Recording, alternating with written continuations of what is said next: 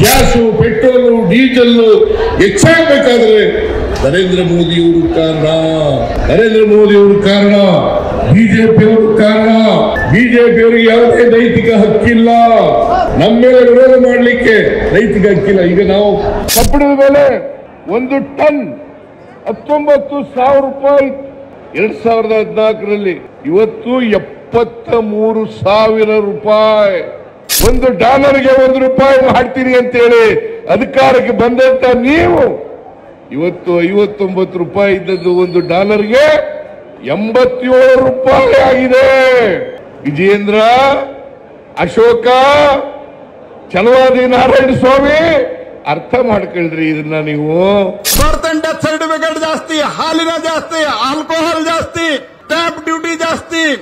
ರಾಜ್ಯ ಸರ್ಕಾರ ಬೆಲೆ ಏರಿಕೆ ಮಾಡಿ ರಾಜ್ಯದ ಜನರಿಗೆ ಸಾಕಷ್ಟು ತೊಂದರೆ ಕೊಡ್ತಿದೆ ಅನ್ನೋ ಹೆಸರಲ್ಲಿ ಬಿಜೆಪಿ ಒಂದ್ ಕಡೆ ಜನಾಕ್ರೋಶ ಯಾತ್ರೆಯನ್ನ ಮಾಡಿ ಸರ್ಕಾರದ ಮೇಲೆ ಮುಗಿ ಬೀಳ್ತಾ ಇದೆ. ಇನ್ನು ರಾಜ್ಯ ಸರ್ಕಾರ ಕೂಡ ಕೇಂದ್ರ ಸರ್ಕಾರ ಮಾಡಿರೋ ಬೆಲೆ ಏರಿಕೆಯಿಂದ ಏನೆಲ್ಲ ಸಮಸ್ಯೆಗಳಾಗ್ತಾ ಇದೆ, ಹಿಂದೆ ಹೇಗಿತ್ತು ಪರಿಸ್ಥಿತಿ, ಈಗ ಹೇಗಿದೆ ಅನ್ನೋದಕ್ಕೆ ಸಂಬಂಧಪಟ್ಟ ಹಾಗೆ ಕೇಂದ್ರ ಸರ್ಕಾರದ ವಿರುದ್ಧ ವಾಗ್ದಾಳಿ ಮಾಡೋ ಕೆಲಸವನ್ನ ರಾಜ್ಯ ಸರ್ಕಾರ ಕೂಡ ಮಾಡ್ತಾ ಇದೆ. ಈ ವಿಚಾರಕ್ಕೆ ಸಂಬಂಧಪಟ್ಟ ಹಾಗೆ ಸಿದ್ದರಾಮಯ್ಯನವರು ಮಾತನಾಡಿದ್ದಾರೆ. ಜೊತೆಗೆ ಒಂದಷ್ಟು ಅಂಶಗಳನ್ನ ಇಲ್ಲಿ ಉಲ್ಲೇಖ ಮಾಡಿದ್ದಾರೆ. ಮನಮೋಹನ್ ಸಿಂಗ್ ಅವರು ಪ್ರಧಾನಮಂತ್ರಿಯಾಗಿದ್ದಾಗ 10 ಗ್ರಾಂ ಚಿನ್ನದ ಬೆಲೆ 28,000 ಇತ್ತು. ಆದರೆ ಮೋದಿಯವರ ಆಡಳಿತದಲ್ಲಿ 95,000 ಆಗಿದೆ ಅಂತ ಹೇಳಿದ್ರು. 1 ಕೆಜಿ ಬೆಳ್ಳಿಗೆ 43,000 ಇತ್ತು, ಈಗ 94,000 ಆಗಿದೆ. ಪೆಟ್ರೋಲ್, ಡೀಸೆಲ್, ಅಡುಗೆ ಅನಿಲ ಎಲ್ಲಾ ವಸ್ತುಗಳ ಬೆಲೆ ಏರಿಕೆ ಮಾಡಲಾಗಿದೆ. ಇದು ಬಡವರನ್ನ ಮಾಡ್ತಾ ಇರೋ ಲೂಟಿ ಅಲ್ವಾ? ಬಿಜೆಪಿ ಯಾವ ಮುಖ ಇಟ್ಕೊಂಡು ನಮ್ಮ ಸರ್ಕಾರದ ವಿರುದ್ಧ ಮಾತಾಡ್ತಿದೆ ಅಂತ ವಾಗ್ದಾಳಿಯನ್ನ ನಡೆಸಿದ್ದಾರೆ. ನರೇಂದ್ರ ಮೋದಿ ಅವರು ಅಧಿಕಾರಕ್ಕೆ ಬಂದಂತ ಸಂದರ್ಭದಲ್ಲಿ, ಮನಮೋಹನ್ ಸಿಂಗ್ ರವರು ಪ್ರಧಾನಮಂತ್ರಿಗಳಾಗಿದ್ದಂತ ಸಂದರ್ಭದಲ್ಲಿ ಚಿನ್ನದ ಬೆಲೆ 28,000 ರೂಪಾಯಿ ಇತ್ತು. ಇವತ್ತೆಷ್ಟಾಗಿದೆ? 95,000 ರೂಪಾಯಿ ಆಗಿದೆ 10 ಗ್ರಾಂ ಚಿನ್ನಕ್ಕೆ. ಬೆಳ್ಳಿ 1 ಕೆಜಿ ಬೆಳ್ಳಿಗೆ 43,070 ರೂಪಾಯಿ ಇತ್ತು, ಇವತ್ತು 94,000 ರೂಪಾಯಿ ಆಗಿದೆ. ಡಾಲರ್ ಬೆಲೆ ಅವತ್ತು 59 ರೂಪಾಯಿ ಇತ್ತು. $1 ಬೆಲೆ ಅವತ್ತು 59 ರೂಪಾಯಿ, ಇವತ್ತೆಷ್ಟು? 87 ರೂಪಾಯಿ.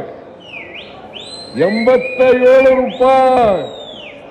ಇದನ್ನ ನರೇಂದ್ರ ಮೋದಿ ಅವರೇ $1ಗೆ $1 ಮಾಡ್ತೀನಿ ಅಂತೇಳಿ ಅಧಿಕಾರಕ್ಕೆ ಬಂದಂತ ನೀವು ಇವತ್ತು 59 ರೂಪಾಯಿ ಇದ್ದದ್ದು $1ಗೆ 87 ರೂಪಾಯಿ ಆಗಿದೆ. ಯಾರ ಕಾರಣ? Mister Narendra Modiji, who is responsible for this? ಯಾರು ಜವಾಬ್ದಾರ ಇದಕ್ಕೆ? 59ರಿಂದ 87 ರೂಪಾಯಿ, ಸುಮಾರು 38 ರೂಪಾಯಿ ಜಾಸ್ತಿ ಆಯಿತು. ಇದು ಬಡವರನ್ನ ರಕ್ತ ಕುಡಿತಕ್ಕಂಥ ಕೆಲಸ ಅಲ್ವಾ?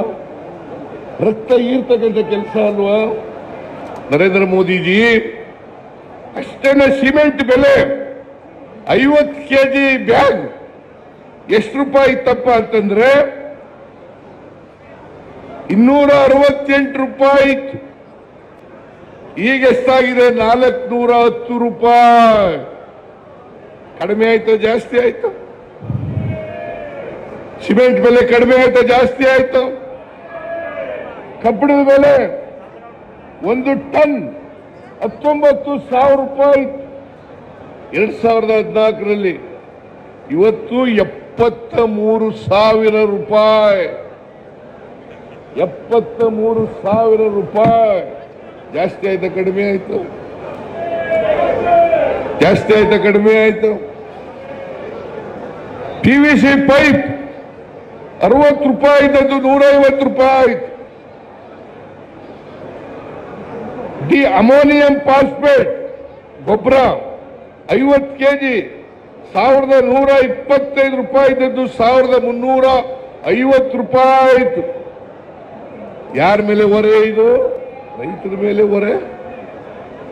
ಯಾರು ಏರಿಸ್ತವ್ರು ಇದನ್ನ? ರೈತರ ಮೇಲೆ ಹೊರೆ ಮಾಡಿದವರು ಯಾರು? ಮಾನ್ಯ ನರೇಂದ್ರ ಮೋದಿ,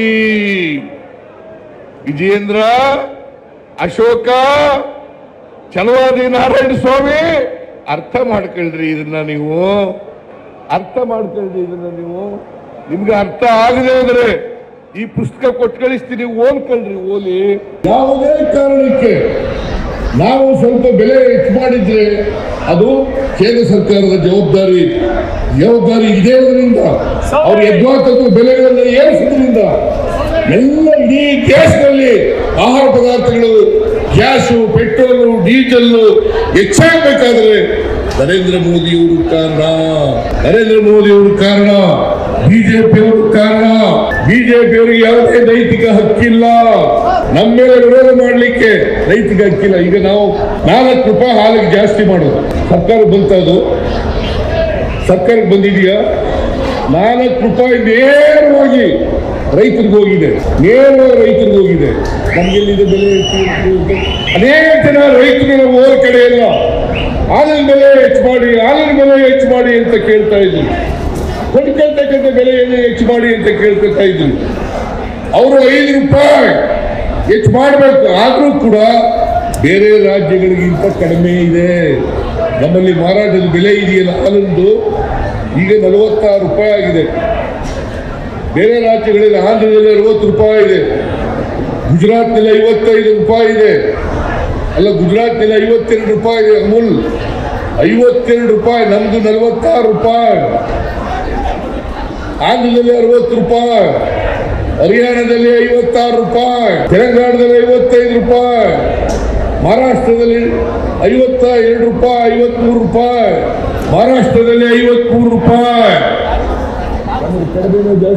ಇವರು ರೈತರ ವಿರೋಧಿಗಳು.